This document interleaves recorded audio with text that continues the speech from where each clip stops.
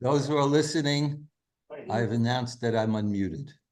Okay. Thank you very much, Rabbi Berman, for getting me this far. And it's a pleasure to be here. And it's a pleasure to have heard the previous speaker, whom I want to attest everything that she said about caring, loving, and being concerned for everybody in the yeshiva is true. And if you were in the yeshiva and you don't know that's true, then you obviously were not in the yeshiva. Okay. The subject, that the title that I gave was First Words. So that could mean many things, and I wasn't sure what I meant at the time, but I'm going to talk about the words that are basic beginning words in our life as Jews. So the first word, we'll take the first word of tefillah, the first word that we say every day, and we can say this word even though it's a tefillah, even though if you haven't done the tilat yadayim, if you haven't done negel vasi, you say it nonetheless. So what is the first thing that a Jew wakes up to? And of course, as you all, I hope, know, we say, Moda ani lefonecha. Moda ani lefonecha. What does that mean? I admit, I give thanks, but the first thing is, Moda ani lefonecha. I wake up to a realization that I'm in the presence of God, that I'm always in the presence of God. Waking up to that realization is really actually the first halacha in the Shulchan Aruch, in Orach Chaim. The Mechaber begins, which I always tell guys in yeshiva, as some of you may know or remember, that the first halacha is to get up in the morning. Now, the Beis Yosef, Shulchan Aruch is a little bit machmir. He says, Yidgaber ka'ari. You have to get up like a lion, roaring, ready to go. So, okay, as long as you get up and show up on time for minyan. Why? Because I'm lefanecha, I'm in your presence. And ultimately, minyan, Shmon Esrei, is lifnei, omed lifnei Hashem. So you have to get up in order to be omed lifnei Hashem. And I admit and give thanks that I'm in your presence. And the Rambam, the Ramah, as I'm sure you know, quotes, and the Ramah was not a great fan of the Moreh Nevuchim, but he quotes in the Moreh Nevuchim in the third book of the guide, Pivisi Hashem lenegdi tamid. I'm always in the presence of God, and because I'm always in the presence of God, it makes a difference how I do things and what I do and the way I do it. And that is the first thing, the first word that we say, Modeh. And I think it's important to keep that in mind, not only for myself and not only for yourselves, but for people who you will meet in the course of your life. By that I mean that I have never met a Jew who is not interested, and I have to say not Jew as well, but that's another story, who is not interested in knowing what is this thing you're doing? What is this thing called Orthodox Judaism? What is this Torah? And as you know, the great scourge of Am Yisrael today, the great scourge of the Jewish people is ignorance. They don't know the first thing. And so they're interested. They're not interested in being missionized. They're not interested in being put down. They're not interested in, but they're interested in knowing. And the Torah will speak for itself. The Torah will speak for itself. So the first thing is to say, where am I and what is my meaning in life? Where am I? I'm in the palace of the king. I'm in the presence of God. And therefore, the way I do things, as the Rambam says, and the Ramah quotes, Ein diburo shel adam, the way I speak and the way I talk and the way I relate to other people and the concern that I have, and so on and so forth. It's entirely different when you realize that you're in the palace and your life changes.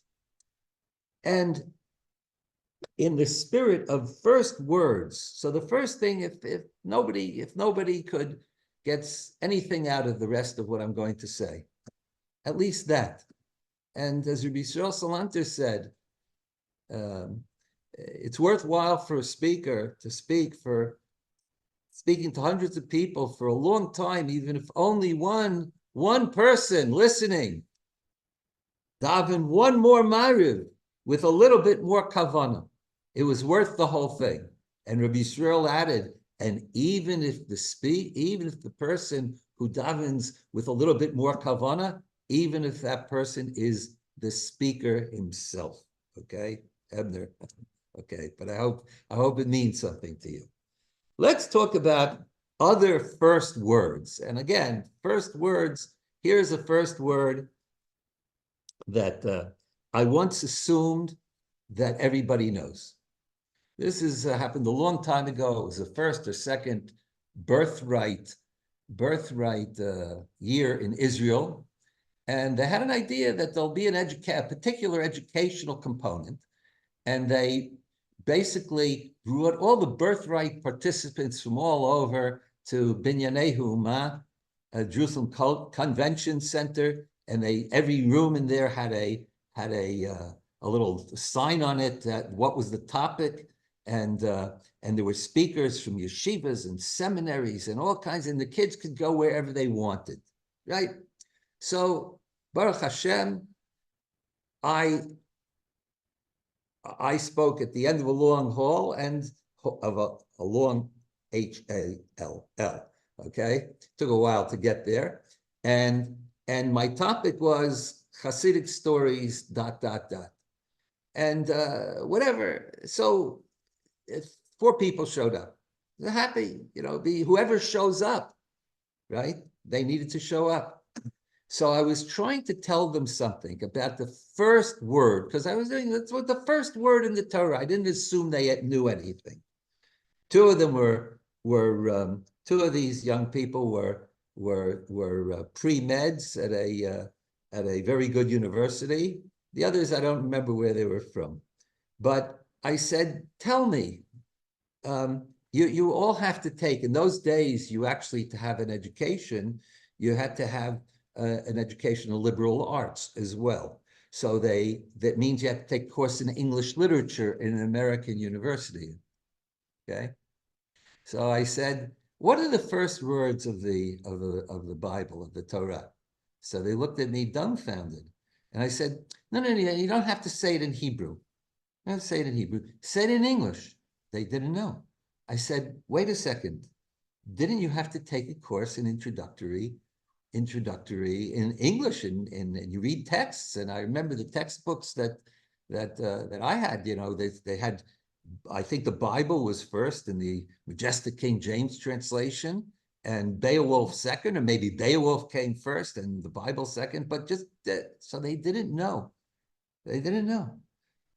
So I said, in the beginning, God, some recognition dawned. In the beginning, I said that in the English translation, and it's right. You can translate in the beginning, but the beit in Hebrew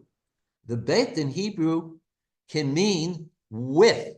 Beit is a prefix that can mean a lot of things, with beginnings. And I quoted the Ishbitzer Rebbe, who said that HaKadosh Baruch Hu, and really this is a medrash like this, that HaKadosh Baruch Hu created to the person who just waved to me, I waving back. That HaKadosh Baruch Hu created the world that one can always begin again. Oftentimes we feel we're condemned by our past, condemned by our circumstance. But the great gift that HaKadosh Baruch Hu has given us is the gift we can always turn, we can always return. Reishis bara Elokim. And that notion that people should put into their hearts and into their brains. And I start with the heart, because the distance from the brain to the heart is greater than the distance from Shamayim to Aretz. So says Rabbi Nachman. It takes a long time to get things that we know to be true theoretically to get to the heart. In any case, we can always begin again. And that always beginning again is in the presence of God. Bereshit, with beginnings. There's always tshuva. So the first word of the Bible, Bereshit, in the beginning. Another thing, let's go on to the next thing, if you will, that you can, I assume, perhaps I shouldn't assume it, but when I was a kid, so there was a thing called the Boy Scouts. I don't know if there still is today, but the Boy Scouts, and you could get a merit badge if you knew the 10 Commandments by heart. So everybody knew, I am the Lord your God, right? Anochi Hashem Elokecha.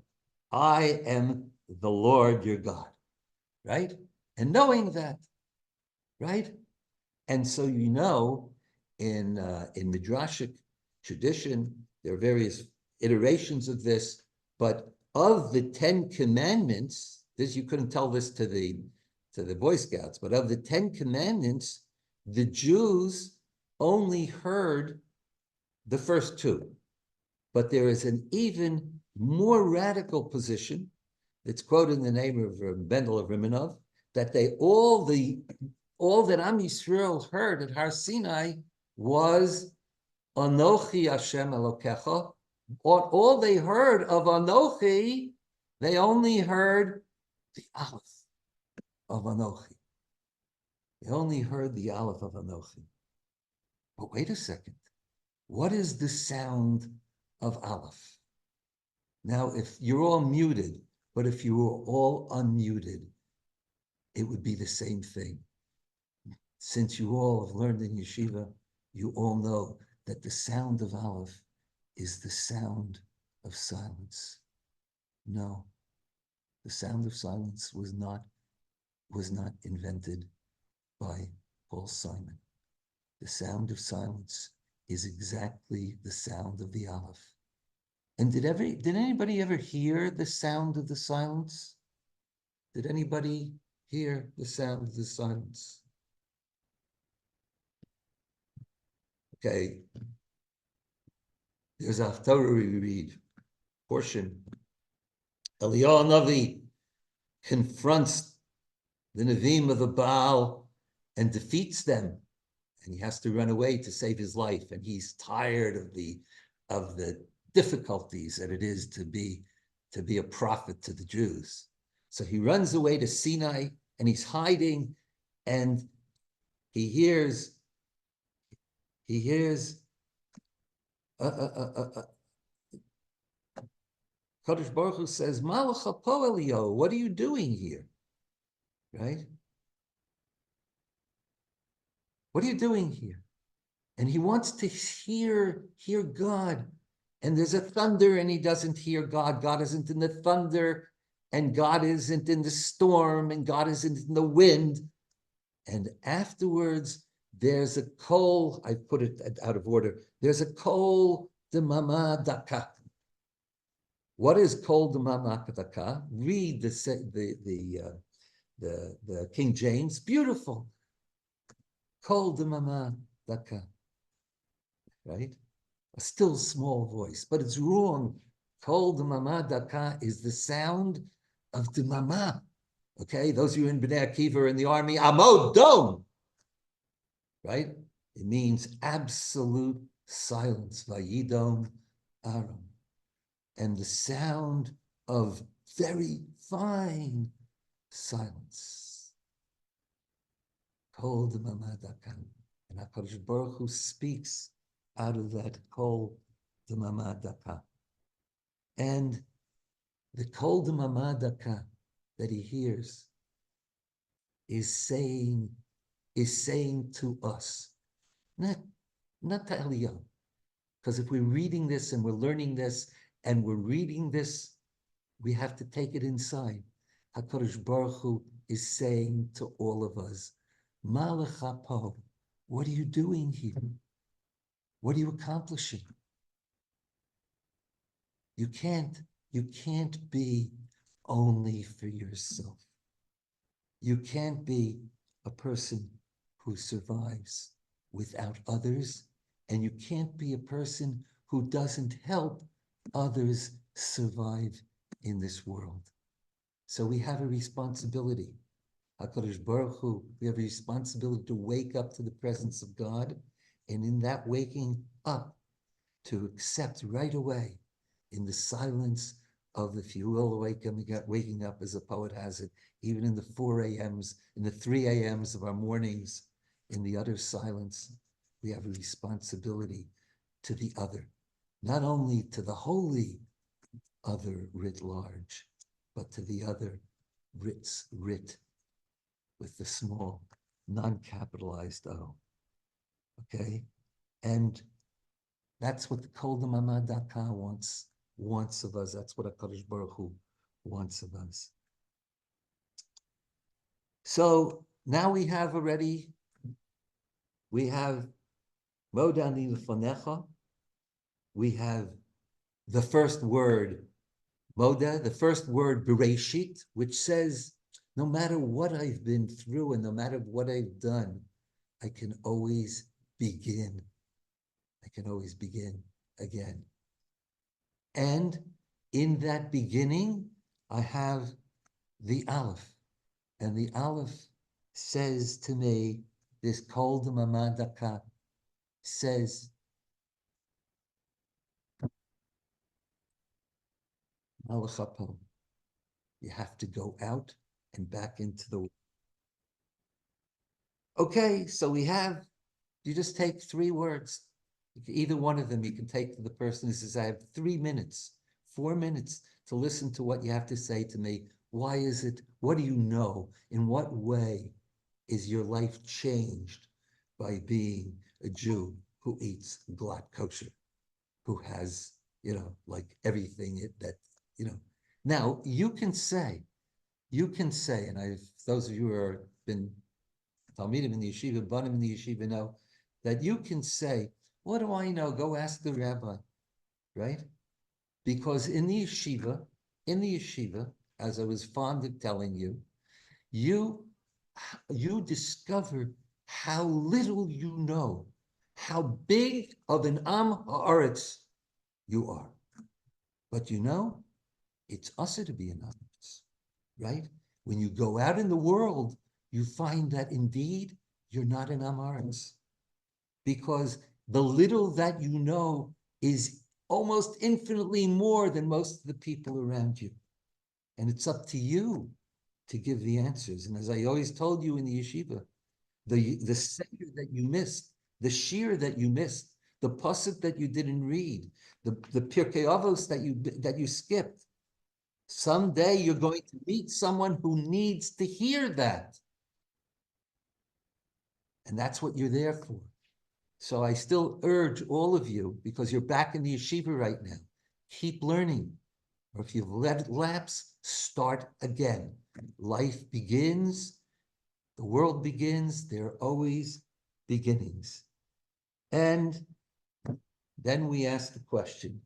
We'll send with the last one word, okay?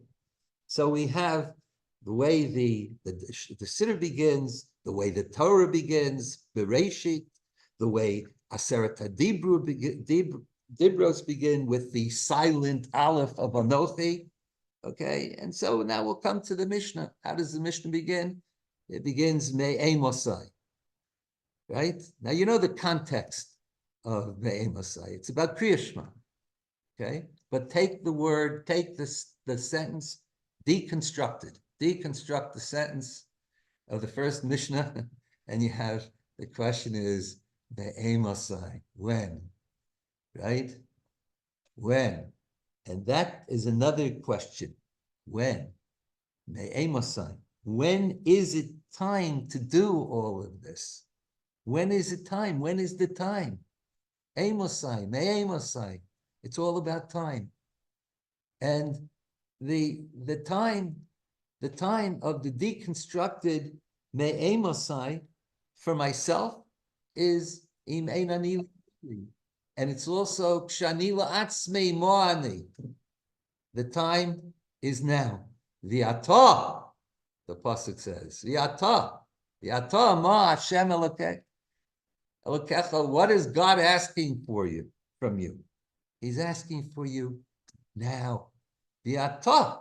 That's what Kadosh Baruch is asking. Now, take hold of the moment. Ein lecha adam she'ein lo shah. No person, there's no person who doesn't have a time. But there's another meaning to shah. Ein lecha adam she'ein lo shah, a turning. Ve'al kaim ve'al minchasa lo shah. You can always change. You can always move in the right direction. You never say, a Jew never says, too late, I'm too stuck in this, I this and that. You can always, even if you can only say, look, I don't have time to learn. You don't have time to learn. Well, you don't have time to learn. That's because your Yetzer Hara has told you that to learn means you have to learn an hour a day, and you don't have time for an hour a day. You have time for a minute. You have time for a minute. And as Rabbi Yisrael Salanter said, if you start with 1 minute learning Musar, so he actually talked about 10 minutes, but okay, I'm cutting it down to 1 minute. If you start with 1 minute every day, just one line in the Iggeret to Ramban, in the Ramban's letter to his son, just one line, okay? You'll find out when you really get into it for a minute every day, and you do it for 3 weeks, for 4 weeks, you'll find out, lo and behold, you have 2 minutes. HaKadosh Baruch Hu should grant us the for all of those who are in the yeshiva, the real living memory. The living memory means it's not just a memory. The real living memory of what it meant to learn and how you grew when you were in the yeshiva, and the inculcation in oneself of the responsibility that you have towards others. Now I know, okay, this is a fundraising thing. I never raised $1 in my life for anything, but you owe a debt to the yeshiva. You should, but you owe a bigger debt to the yeshiva to go out and teach Torah to the person who doesn't know anything, and it won't be hard to find them. HaKadosh Baruch Hu should grant us that we next we meet, Baruch Hashem, it should be in person, but even more, it should be in a time of Shalom al Yisrael and in good health and good cheer.